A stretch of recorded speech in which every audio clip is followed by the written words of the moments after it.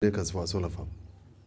I sat with the Minister for Energy recently because I had to defend counties in an amendment being done by the National Assembly to remove the Council of Governors from REREC board, to remove Council of Governors from the EPRA also, and to remove the Council of Governors from a committee that is supposed to advise the Cabinet Secretary on energy.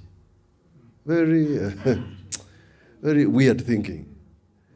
Because where is this production of energy? Isn't this production of energy in the counties? There's somebody in Nairobi, who is sitting in Nairobi, who is thinking backwards, if there is a word like that. Because this ideas, and that's why it's important to finish your plan quickly, so that we have a Makueni energy plan. At national level, when the executive is sitting down either with donor partners on this matter, they will have an energy plan for Makueni. That's the importance of this. It is critical.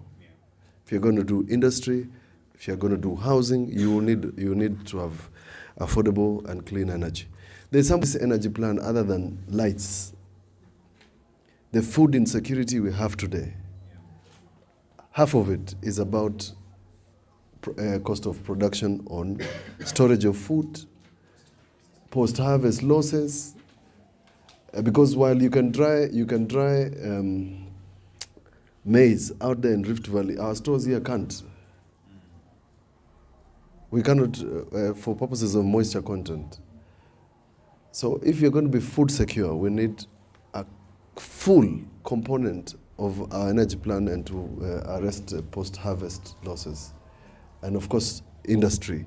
If we are going to remove the unemployment, if you thought you are going to wake up and run away, you are not. So put all these things together. So thank you, Strathmore. Help us build this big portfolio. Because I have the distinct impression, other than this infrastructure, this one, on the energy, is actually the answer to the problems of poverty. The biggest poverty we have is the poverty of our minds. I forget about the other one, is this one. And I think we can do well. And I'm charging all of you, put together your thoughts. There's something about energy in agriculture, in food, in milk, in processing, in our, what does this REREC want to do with us? The energy center. Yes, there's an energy center proposed by REREC, but they need to see our energy plan so that we can partner with them. Kitui is already ahead of us. Kitui have an energy center. We need to build one, and this plan that you're doing is going to be the answer to some of these questions. Thinking about Makueni and having solar for the entire year is actually something that can be tapped into. You can think about solar for irrigation, you can think about solar mini-grids for housing, you can think about cold storage that is powered by renewable energy, and in this case particularly solar. And we know that Makueni County, being a very agricultural focused county, would definitely benefit from these resources.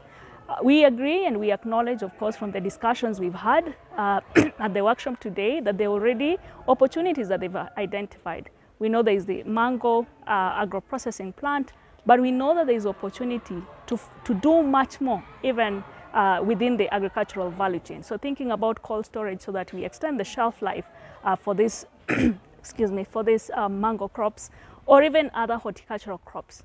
Think about irrigation, where the county can actually engage in production throughout the year without having to depend on rainfall. So these are the things that we hope to capture within the CEP document. The county energy plan is really very important because it deals with energy issues and also climate issues.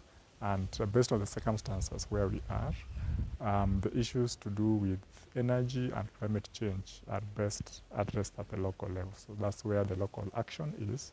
So in order to understand what are these projects, what is it that we need to do, then it is good to start at the lowest level.